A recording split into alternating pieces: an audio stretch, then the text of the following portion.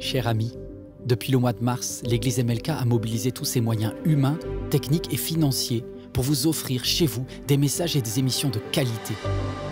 Car chaque jour, nos équipiers, qu'ils soient bénévoles ou salariés, donnent le meilleur d'eux-mêmes pour refléter l'amour de Jésus. La mission que Dieu a confiée à l'Église MLK consiste à communiquer son amour à vos enfants, à vos ados, à vos amis, à vos proches, à tous ceux qui décrochent de nos églises plus traditionnelles. C'est vraiment cet amour qui nous a attirés. C'est surtout pendant le premier confinement au mois de mars que nous avons découvert les émissions pour enfants. Vraiment, ça nous a bénis. On a passé des bons moments en famille à regarder. Donc moi et mes deux filles, on a regardé tous les mercredis pratiquement les émissions ML Kids. Et c'était vraiment une bénédiction pour moi ainsi que pour ma famille. Autrement qu'avec le parler, on peut toucher aussi avec le visuel. C'est juste génial ce qu'MLK arrive à faire en adaptant son message. Dieu est dans cette maison tout le temps, certes, mais le dimanche matin, il est là plus.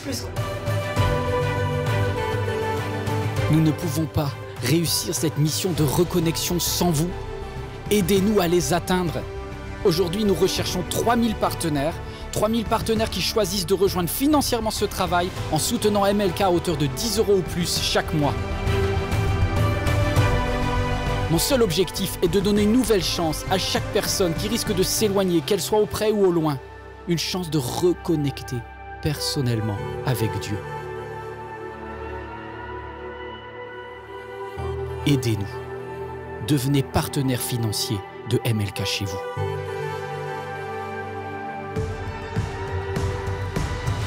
La production MLK a besoin de fonds. Voilà, je me dis pourquoi pas semer, parce qu'on a été bénis. Devenir partenaire pour moi, c'est faire ma part pour que ça bénisse d'autres personnes qui, à un moment donné, auraient peut-être aussi besoin de ce message, de ces messages, à tout moment. Ça me paraît naturel d'aider cette église à continuer à diffuser les messages et à étendre le royaume de Dieu.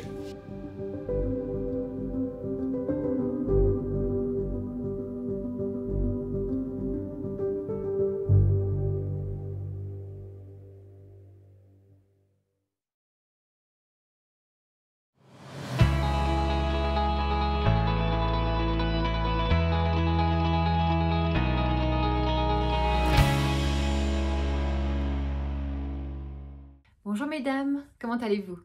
Je suis ravie de vous retrouver aujourd'hui. J'aimerais commencer par vous remercier. Si vous avez regardé la vidéo précédente, la numéro 32 si je ne me trompe pas, et que vous avez prié pour moi, merci pour celle qui m'a envoyé un petit mot, j'ai réussi l'examen. Donc on devrait pouvoir reprendre nos voyages avec une double citoyenneté. Donc merci d'avoir prié pour moi. Aujourd'hui je voudrais vous parler d'un sacré plan. On a parlé de nos résolutions, des décisions en début d'année la dernière fois. J'espère que vous avez pu mettre en place vos décisions. Et puis, j'aimerais répondre à une question que j'ai régulièrement sur la lecture de la Bible. Comment est-ce qu'on passe son temps avec Dieu? Comment est-ce que moi, je choisis de faire, etc. Comment est-ce qu'on met en place un plan pour pouvoir nourrir notre âme? J'aimerais vous lire le psaume 119, verset 105. Ta parole est une lampe à mes pieds et une lumière sur mon sentier. C'est vrai que c'est important de nourrir notre âme pour nous-mêmes. C'est génial de suivre des émissions, des prédications, la louange est importante, etc. Mais c'est important de trouver aussi le moyen qui nous permet le mieux, qui sera le plus efficace, le plus satisfaisant pour nourrir notre âme. La nourriture de notre âme est importante comme la nourriture de notre corps. Et donc j'aimerais vous donner quelques suggestions, des idées, alimenter votre réflexion là-dessus. Ça va ressembler un petit peu à une liste à la Prévert, une liste de courses, parce qu'en fait je veux vous donner des idées pour que vous puissiez construire la vôtre, votre idée. Le besoin de nourrir notre âme, c'est parce qu'on est... Pour pouvoir briller, on se retrouve à être un peu comme une lampe. Pour qu'elle brille, la lampe, il faut qu'elle soit branchée dans le mur, connectée au mur, connectée à Dieu. Donc mon but est de vous donner envie de connecter à Dieu et de savoir par quelle boule prendre. Quand on fait une rencontre avec Dieu au démarrage, des fois on utilise un petit peu la méthode du hasard, de la roulette russe. J'ouvre ma Bible au hasard et Dieu tu me parles et c'est bien. Dieu nous parle aussi au travers, comme je le disais, des prédications, des émissions, d'un chant, une parole que quelqu'un nous donne, etc. C'est super et c'est génial et je vous encourage à vous nourrir comme cela. Mais c'est bien aussi de mettre en place une certaine routine.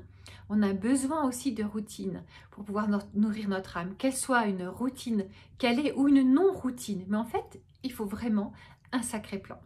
Donc, quelques idées pour vous aider à mettre en place cette nourriture pour votre âme. Déjà, c'est important que vous trouviez votre style. Moi, j'aime pas du tout qu'on enferme les gens dans une boîte et qu'on dise qu'il n'y a qu'une seule façon de lire la Bible.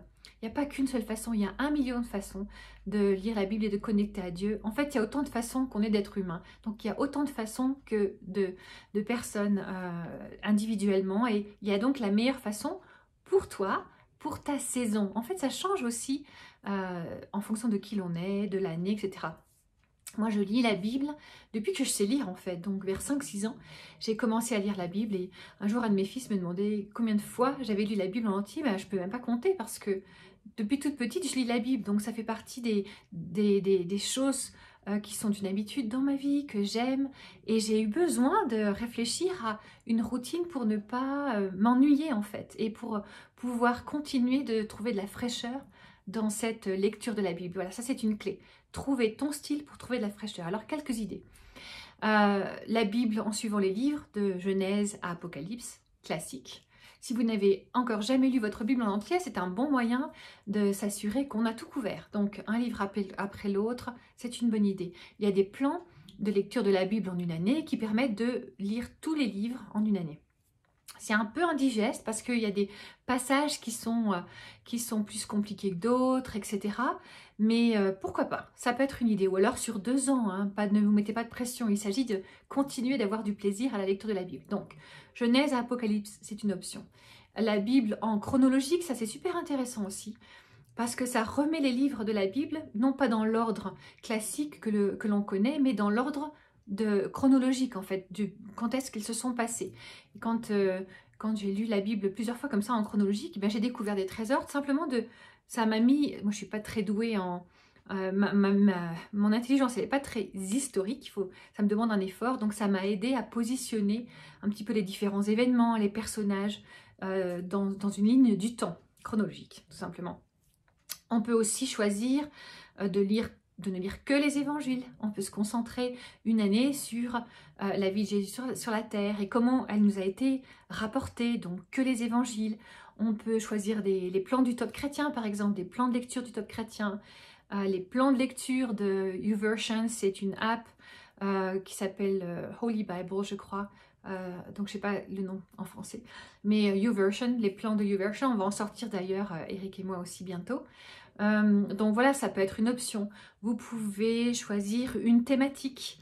On peut choisir d'étudier la grâce, la bonté, l'amour de Dieu, le salut. Enfin, vous pouvez demander à Dieu de vous donner un thème. Et là, le thème peut-être diviser l'année en trimestres, par exemple, pour 3 mois ou pour 1 mois. Qu'est-ce que tu veux que j'étudie, Seigneur? Et dans ce cas-là, toutes vos recherches de nourriture spirituelle peuvent être orientées autour de ce thème. Ça permet d'enrichir aussi notre compréhension de la Bible avec un axe précis. Ça peut être passe le mot du Top Chrétien. Voilà, je vous donne des idées à l'appel. Passe le mot du Top Chrétien que vous pouvez digérer et faire circuler. Ça peut être un verset directeur pour l'année. Le Seigneur montre-moi quel est le mot ou le verset qui va diriger cette année. Et puis à partir de ce verset, on construit des ramifications, des choses comme ça. Peut-être que je vous l'ai déjà dit, mais Eric a l'habitude tous les jours pour les membres de notre famille, donc nos enfants, nos belles-filles, ma soeur, etc. Il envoie un verset qui est le verset commun à toute notre famille pour la journée. Et donc tous les jours, il envoie un nouveau verset à la famille. Et d'ailleurs, je terminerai dans ma conclusion, c'est le verset que Eric nous a envoyé aujourd'hui, que j'ai trouvé parfaitement à propos pour notre conversation d'aujourd'hui. Donc voilà, à l'appel des idées. Je vous encourage à noter, journaling en anglais, donc à écrire, à prendre des notes des fruits de votre réflexion, de ce que vous recevez quand vous lisez. Des fois, on a besoin d'y revenir plusieurs fois pour pouvoir vraiment intégrer. Donc, vous pouvez copier les versets, vous pouvez noter ce que Dieu vous dit pendant un temps d'écoute, vous pouvez faire des recherches sur un passage, le contexte, le texte d'origine, etc. Prendre des notes sur votre thématique. Vous verrez que c'est super intéressant de revenir en arrière et de regarder à nouveau ce que le Seigneur vous avait dit. Les paroles que Dieu nous donne, elles sont précieuses, on ne veut pas les laisser tomber à terre. L'année dernière, j'avais choisi de lire la Bible de façon aléatoire pour rafraîchir mon approche de la Bible. Cette année, j'ai choisi un thème. Là, je vous livre des petits trucs personnels. J'ai choisi un thème et je vais passer l'année à regarder comment Jésus sur la terre, dans son ministère terrestre, aimait les gens. Donc un petit peu l'angle du cœur de Jésus pendant son ministère terrestre. Et donc pour cela, j'ai repris les évangiles au démarrage. Donc je vais scanner la vie de Jésus en regardant ses réactions, en étudiant comment est-ce qu'il fonctionnait dans sa démonstration de l'amour pour les autres. Et en fait, je me suis dit, bon, la naissance de Jésus, je l'ai lu 1 million de fois, mais en fait, j'ai trouvé des trésors avec ce nouvel angle. Donc vraiment, c'est intéressant de vous lancer des défis pour que vous trouviez votre sacré plan de lecture de la Bible et pour nourrir votre âme. Donc voilà ce que moi je vais faire cette année. Qu'est-ce que vous faites vous? Écrivez-le nous, ça m'intéresse de voir un petit peu vos idées, vos suggestions, etc. J'aimerais vous suggérer de lire, pour qu'on termine sur la même note tout ensemble, Matthieu 5, 2 à 1. Vous savez, c'est le passage qui dit « Heureux ceux, heureux ceux ». Donc j'aimerais que vous le disiez en vous disant « Heureux celle qui » et que vous choisissiez le verset qui vous représente le plus dans votre saison aujourd'hui. Quelle heureuse es-tu? Note-le dans ce carnet que tu veux démarrer de journal de bord, ou dans ton carnet si tu as l'habitude, et puis réfléchis à ce que Dieu te dit autour de cela. Quelle heureuse es-tu? En te basant sur Matthieu 5, 2 à 11. Le verset qu'Éric nous a envoyé aujourd'hui, c'était Jean 8, 31 à 32. J'aimerais que vous le digériez, que vous le méditiez aussi, c'est une suggestion. Et puis que vous construisiez votre plan avec ces idées ou d'autres. Vraiment, ma liste n'est pas exhaustive, elle est longue, mais il y a plein d'autres options. Ce qui est important, c'est que tu trouves ton sacré plan. J'aimerais prier pour toi maintenant. Seigneur, merci parce que tu nous as laissé ta parole pour nourrir notre âme. Alors je prie que tu nous donnes toujours de la fraîcheur dans ces temps que nous passons avec toi, à écouter ton cœur, à te découvrir mieux. Merci de conduire mes amis dans le bon plan pour elles, le bon créneau, la bonne façon d'apporter la lecture de la Bible pour elles, pour chacune d'entre nous cette année. Merci parce que tu bénis ces moments-là que nous passons avec toi. Tu nourris notre âme et tu nous gardes accrochés à toi, Seigneur. Amen. Comme d'habitude, n'hésitez pas à nous écrire à mlkfemme au pluriel @églisemlk.fr. Envoyez-nous vos sujets de prière, envoyez-nous vos idées de thématiques pour ces toutes petites vidéos sans aucune prétention pour qu'on puisse rester connectés et répondre à vos besoins au mieux. Voilà, je vous embrasse, à la prochaine fois.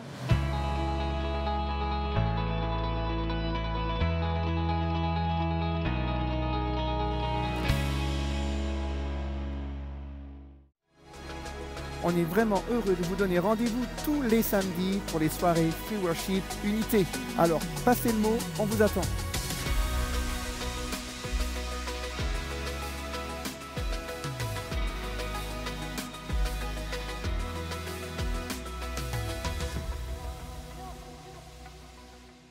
Ne ratez pas votre programme tous les mercredis.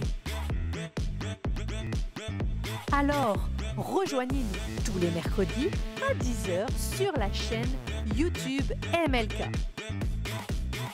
À mercredi!